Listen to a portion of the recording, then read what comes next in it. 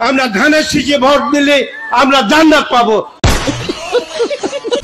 কিছু কিছু পাবনার পাগল আছে যারা নাকি কয়েকদিন আগে এই পাবনা থেকে ছাড়া পাইছে।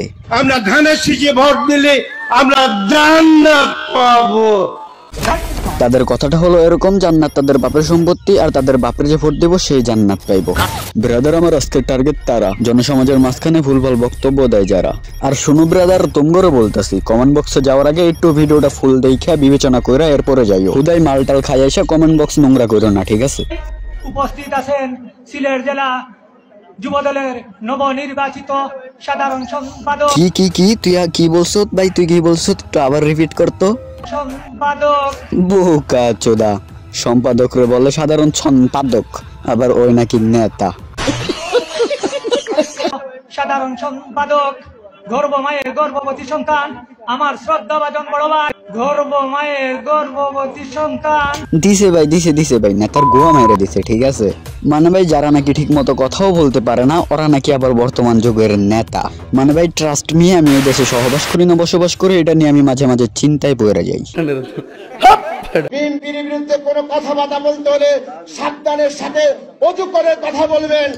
আয় হায় রে ভাই, আমি কত বড় ভুল করে ফেলছি ভাই। আমি বিএনপি নিয়ে কথা বলার সময় ভাই অজু করি না, ঠিক আছে ভাই? আমি অনেক বড় ভুল করে ফেলছি, ঠিক আছে ভাই? আমার ভাই পারলে মাফ করে দেন, ঠিক আছে? আমি আবার জাহান্নামে যাইতে চাই না, জান্নাত তো আবার আপনার বাপের সম্পত্তি। আমার একটু কষ্ট করে জান্নাতে দিয়ে দেন, ঠিক আছে? বলবো বাড়ি বাড়ি গিয়ে মা বোন চাচি খালাদের বলে দেবেন ভোট ধানের শীষে দিতে হবে। যদি ধানের শীষে ভোট না দেন, এই মহিলাদেরকে বলছি আপনারা জান্নাত পাবেন না। হ্যাঁ মুরব্বী, ঠিক কথা বলছেন, আমরা ধানের শীষে ভোট দিলে জান্নাত পাবো। বাট আমি ওই জান্নাতের কথা বলতেছি না, আমি ওই জান্নাতের কথা বলতেছি যে জান্নাতের নাতি লাগে, ওই নাতিটারে আমার দিয়ে দিবেন। তাই আমি ধানের শীষে ভোট দেবো, ঠিক আছে? ব্রেনলেস পাবলিক কোথাকার।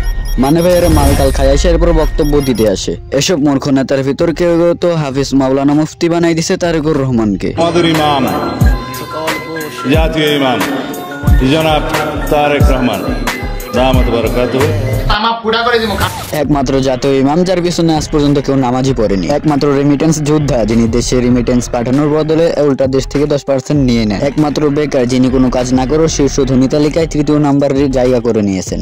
একমাত্র দেশ নেতা যিনি ভোটার না হয়ে বিদেশে বসে প্রধানমন্ত্রী হওয়ার স্বপ্ন দেখছেন। একমাত্র জুলাই নায়ক, জুলাই গণ অভ্যুত্থানে যার কোনো ক্যারেক্টার বা রোলই ছিল না। আর শুন, তোদেরকে বলছি, তোদের এইসব ভুলভাল বক্তব্যের জন্যই আমার মনে হয় আর দেশে ফিরা হবে না। আমাদের ইমাম, জাতীয় ইমাম জনাব তারেক রহমান। হায় হায় রে, কি সুন্দর ভাষণ দিল। আমি ভাষণ হইনে গইলে গেছি, ঠিক আছে?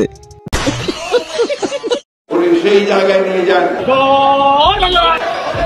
মানে ব্রাদার বেশি কিছু না, ভাড়া করে লোক নিয়ে আসলে তো এরকম হওয়াটা স্বাভাবিক। বাট আমি ব্রাদার পার্সোনালি একটা কথা বলতে চাই। এই কথাটা হইলো গিয়া ভাই, কি শুরু করছে ওরা? কেউ নেতাকে হাফিজ মাওলানা মুফতি বানাই দিতেছে, আবার কেউ ধানের শেষে ভোট না দিলে জান্নাত পাবে না বলতেছে। তো ভাই তুমি করে আমি একটা কথাই বলি, জান্নাত কি তোমাদের বাপের সম্পত্তি যে যে তোমার বাপের ভোট দিব সে জান্নাত পাইবো? মানে এরা কি মনে করে জান্নাতকে? ভাই জান্নাত পাওয়া কি এতটাই সোজা? আমরা ধানের শীষে ভোট দিলে আমরা জান্নাত পাবো। ভাই কথাটা কিছুটা এমন হয়ে গেল না? আসলে ভাই ও বলতে চাইছিল ধানের শীষে ভোট দিলে আমি তোমার 3 বেলা গোয়া মারতে দিব। মানে ভাই আমি এমন একটা দেশে বসবাস করি যে দেশে মনে করো যে পাবনার পাগলগুলা বাইরে ঘোরাফেরা করে। সঠিক বলেছেন। কেউ টিকটকে আইসা পাগলামি করে, আবার কেউ মনে করো যে নেতার স্থান দখল করে হনে যায় বক্তব্য দিয়ে পাগলামি। লাইফে আর যাই করি আর না করি, কখনো পাগলামিকে ভাই থামাতে পারলাম না। মানে ভাই আমি এমন একটা দেশে বসবাস করি যেই দেশে পাগল দিয়া ভইরা গেছে। মনে করো যে ভাইরাসের মতো সব জায়গায় পাগল ছড়াই গেছে। ব্রাদার, আমি আগে জানতাম যে পাবনায় পাগল থাকে, বাট এখন দেখি পুরা দেশ জুড়েই পাগল দিয়া ভইরা গেছে। যাই হোক, পাগল তো পাগলামি করবে, এইসবে কান না দিয়ে একটু ভালো হওয়ার চেষ্টা করো। যাই হোক ব্রাদার, আজকের ভিডিওটা এই পর্যন্তই ছিল। আল্লাহ হাফেজ।